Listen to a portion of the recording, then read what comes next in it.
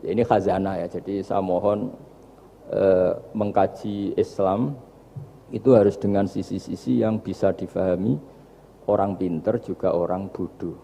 Kata Imam Ghazali banyak itu. Karena hadatin itu harus difahami orang pinter juga orang bodoh.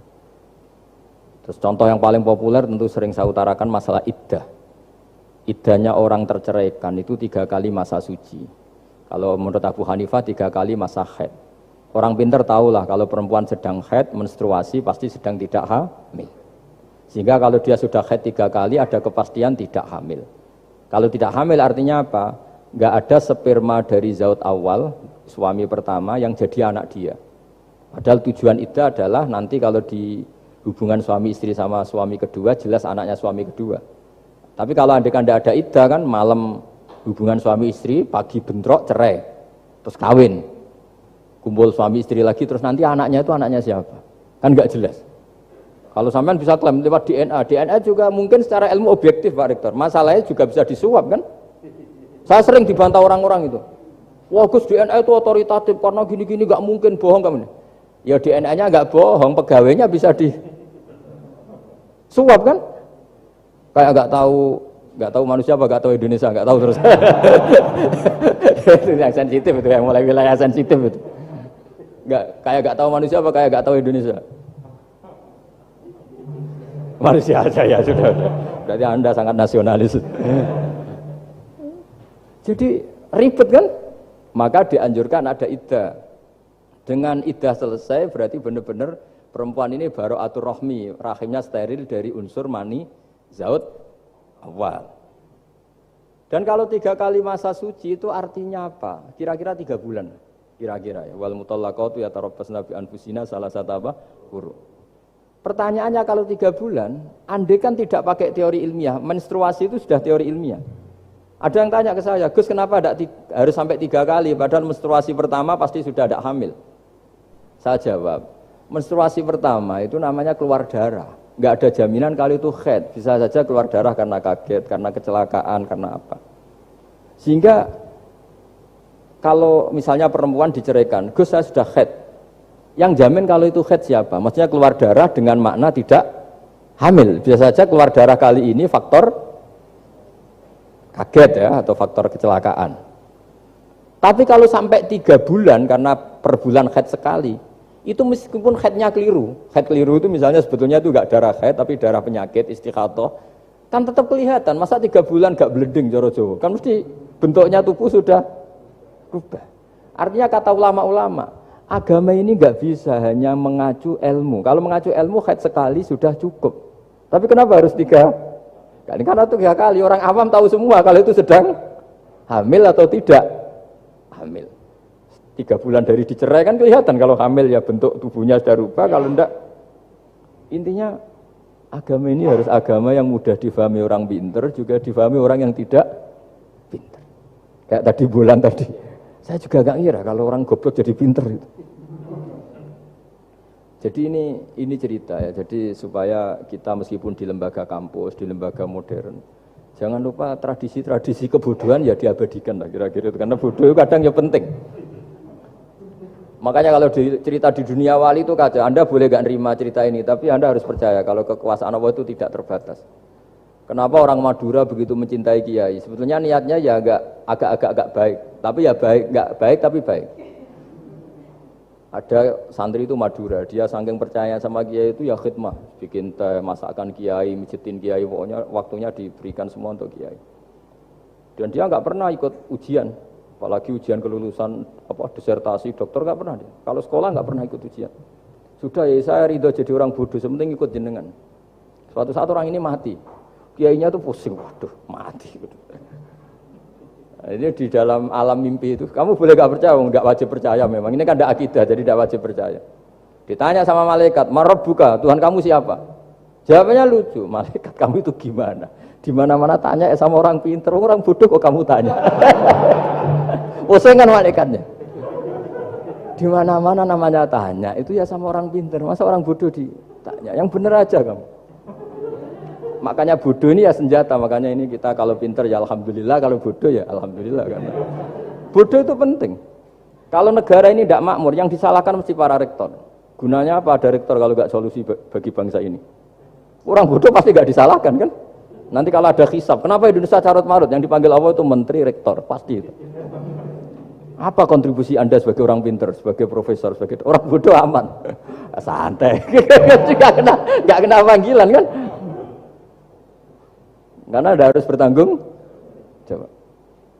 Akhirnya terus malaikat tanya, lalu yang pinter siapa? Yang di atas itu, kiainya yang nalkin itu, yang di atas itu. Walhasil kiainya itu karena wali itu dengar. Ya wile cung bodoh kok terus nganti wis mati. bodoh kok kamu bawa sampai mati. Jadi kadang orang bodoh itu ya pinter tadi. Malaikat tuh kamu tuh gimana? Di mana-mana tanya itu ya sama orang pinter. Orang bodoh kok kamu tanya. Ya ribet kan kalau sudah ketemu seperti itu. Nah, Nabi juga sering ngalami dialek sama orang bodoh. Kadang Nabi yang ngalah, kadang logikanya orang bodoh itu lebih gampang. Itu ada orang pencari dop itu semacam kayak biawak ya. Tapi tidak biawak, kayak semacam biawak. Itu ketemu Nabi, kamu tahu kalau saya ini Rasulullah? Tidak tahu ya. Ya kamu harus iman kalau saya ini Rasulullah. Hatta yu'mina laka hadad dop. Ya kalau hewan ini iman sama kamu ya saya iman. Ribet kan ukurannya itu. Waduh, untung Nabi betul. Terus Nabi tanya, Dop, kamu tahu kalau saya Rasulullah? Terus Dopnya saat itu bisa bicara, asyhadu annaka Rasulullah, terus baru iman. Imannya tanya, kenapa kamu iman sama Rasulullah? Hewan aja tahu kalau dia Nabi, apalagi manusia. Sehingga di masyhur itu di acara-acara kita kalau wadhabbu wal ghazalah yasyadani laka bir risalah itu wadhabbu wal ghazalah yasyadani laka bir risalah. Sehingga kekeliruan kita, saya sering ngomong di mana-mana, matur di mana-mana. Masyarakat Indonesia mayoritasnya tetap yang enggak pinter. Orang Islam mayoritas yang enggak pinter. Lalu orang enggak pinter ini diabaikan sehingga mereka enggak jadi energi yang luar biasa untuk mengawal Islam, untuk mengawal Indonesia. Itu keliru menurut saya. Menurut saya orang-orang yang nggak pinter pun itu punya nurani. Zaman kita dijajah Belanda, itu tidak semua orang rektor, tidak semua orang profesor, tidak semua orang kiai, tidak semua orang alim. Mereka orang-orang yang nggak terpelajar, tapi tetap tahu caranya melawan apa? Belanda, melawan penjajah. Karena tadi manusia ini diciptakan itu sudah punya pengetahuan. Seperti mukadimah dibaca Pak Rektor, Iqra wa rabbukal akram alladzi 'allama bil qalam 'allamal insana ma lam ya alam. Jadi bawaan manusia itu akan tahu untuk sesuatu yang perlu diketahui meskipun dia orang bodoh. Saya ulang lagi, meskipun mereka orang apa? Orang bodoh. Ya, di sini ini Islam datang yastawi fistifadatiha fistifadati syariah ar-rijalu wasibyan, bahwa ukuran kebenaran itu adalah siapapun mudah tahu. Bahwa angka 2, angka 3, angka 5 itu adalah far'ul wahid, cabang dari angka 1. Fal aslu huwal wahid, yang asli adalah angka 1. Dan 1 ini harus 1. 0, itu ditemukan untuk setelah ada angka 1. Jangan keliru kamu.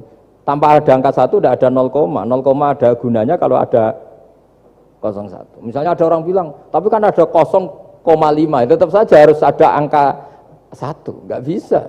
Kamu bayangkan 0,5 kan karena ada 1. Artinya apa? Kamu bilang separuh dari 1, tapi itu pun karena sudah ditemukan aljabar. Makanya kalau dalam matematika Arab, mungkin di sini banyak orang eksak. Kalau matematika Arab itu mudah sekali, Pak. Orang Arab itu nggak mau bilang 2,5. Misalnya zakatnya tijarah itu 2,5. Itu kan kalau kita zaman SD kan garap porogapit. Itu orang Arab nggak mau. Saya pernah cepet-cepetan garap matematika, yang ahli matematika sama saya, itu cepet saya. Karena saya pakai matematika bodoh. Justru itu gampang. Kalau orang Arab cara berpikir gini, kalau bilang 2,5 itu rubu'ul usur, apa? Rubu'ul usur. Dari rubu'ul usur gini, 1/4 dari 1/10. Jadi misalnya 100 1/10-nya berapa? 10. Setelah 10, 1/4-nya berapa? 2,5. Jadi bertahap, rubu'ul usur. Sehingga misalnya gitu, 1 juta kan angkanya nolnya kan 6. Kalau kamu porogapit 2,5 kan kuweselan dia porogapit. Kalau orang Arab gampang, 1 juta 1/10-nya berapa? 100, seperempatnya 25, berarti 2,5-nya 1 juta 25.000. Orang Arab bilangnya rubu'ul usyur, seperempat dari 1/10, jadi di 1/10-kan dulu baru di 1/4, jadi lebih cepat. Sampai pakarnya tanya, Gus kok bisa gini? Wah, aku anak kiai ngawur ya. Saya ini, makanya banyak orang pesantren itu pintar matematika. Sebetulnya matematika yang model, ya sebenarnya kayak agak model bodoh itu. Tapi itu gampang, orang awam gampang. Kalau kita kan enggak, misalnya zakatnya zuru, zakatnya tanaman itu 1/10 atau 1/20. Kalau orang Arab enggak mau 1/10 atau 1/20, berarti kalau 100 ton atau 100 pintal berarti berapa? 10 atau 5 kan? 1/10-nya 100 berapa? 10. Kalau 1/20-nya 5. Kalau hitung-hitungan di fikih zakat orang modern kan 1/10 atau 1/20. Kalau orang Arab nggak mau bilang gitu. Zakatnya zuru itu al-usyur, 1/10. Berarti per 100 ton misalnya 10. Atau nisful usyur, separuh dari 1/10. Jadi nggak mau bilang 1/20. Usyur atau nisful usyur. Gampang mana coba? Ya kan, usurnya kan 10. Kalau nisful usur 5 atau 1/20. Daripada gawe poro gapet, wah seruat. Jadi kita ini yang kelihatan goblok matematikanya ya pinter juga gitu. Meskipun ya tetap goblok karena tidak nekuni gitu. Sehingga di pondok itu ya dulu diajarkan faraid, falak itu ya gampang sekali karena memang hitungan Arab itu. Kalau bilang 2/3 itu sulusani apa? Jadi 6. 2/3-nya 6 berapa? 6 sulusnya berapa? Sepertiganya 2. Nah, sepertiga itu sepertiga 2 kali. Berarti berapa? 4. Ya, 6 itu 2/3-nya kan? Pokoknya bahasa Arabnya sulusan. Kalau orang terjemahnya berapa? Kalau orang 2 kali sepertiga apa? 2/3. Sulusan itu 2/3. Nah, itu kalau orang Arab bilang enggak 2/3, sulusani. Sepertiga 2 kali. Jadi 6 di sepertiga dulu 2. Nah 2 itu 2 kali. Berarti berapa? 4. Jadi itu. Nah Quran itu ya kira-kira gitu. Jadi kelihatannya goblok, tapi itu pinter itu. Yang porogabet kelihatannya pinter, tapi tidak pinter. Ukuran orang pinter yang mempermudah yang sulit. Jangan mempersulit yang mudah kan itu. Makanya saya bilang ini yang pinter yang mana itu. Nah, saya kembali lagi ke tadi. Jadi agama ini datang dengan sebegitu mudah. Sampai matematika yang katanya sulit, itu matematika Islam itu mudah sekali. Karena tadi, misalnya kalau 1 miliar zakatnya 2,5% berapa? Kan pusing kan? Tapi kalau kamu pakai teori rubul usur 1 miliar, usurnya 100 juta. Seperempatnya 25 juta, berarti per 1 miliar. Gampang mana coba sama ngomong itu? Nanti ada yang nyeleduk, gampang kalkulator Gus. Ya ribet lagi kan, kalau kalkulatornya pas hilang. Atau pas dipakai anaknya belajar daring, ribet kan HP-nya. Jadi ini cerita ya, jadi seperti yang dikatakan Pak Rekro tadi, sebetulnya ciri utama ilmuwan atau ulama atau profesor atau dokter itu usahakanlah yang mudah itu, yang sulit itu menjadi apa? Mudah. Yuridu wa bikumul yusra wa la yuridu bikumul usra. Sehingga kata Imam Alamudi, dia menjadi wali besar itu justru karena belajar tauhid. Yang dari belajar matematika tadi, dari matematika dia tahu bahwa angka berapapun jumlahnya itu binisbat ilal wahid, itu semuanya nisbatul far'i ilal asli. Semua itu cabang dari satu. Alam ini kayak apa besarnya, apa Mars, ada Jupiter, tetap semuanya nisbatnya ke Allah adalah nisbatul far'i ilal asli. Semua itu diciptakan oleh pokok yang satu, yaitu Allah Subhanahu wa ta'ala. Saya kira demikian. Assalamualaikum warahmatullahi wabarakatuh. Disampaikan terima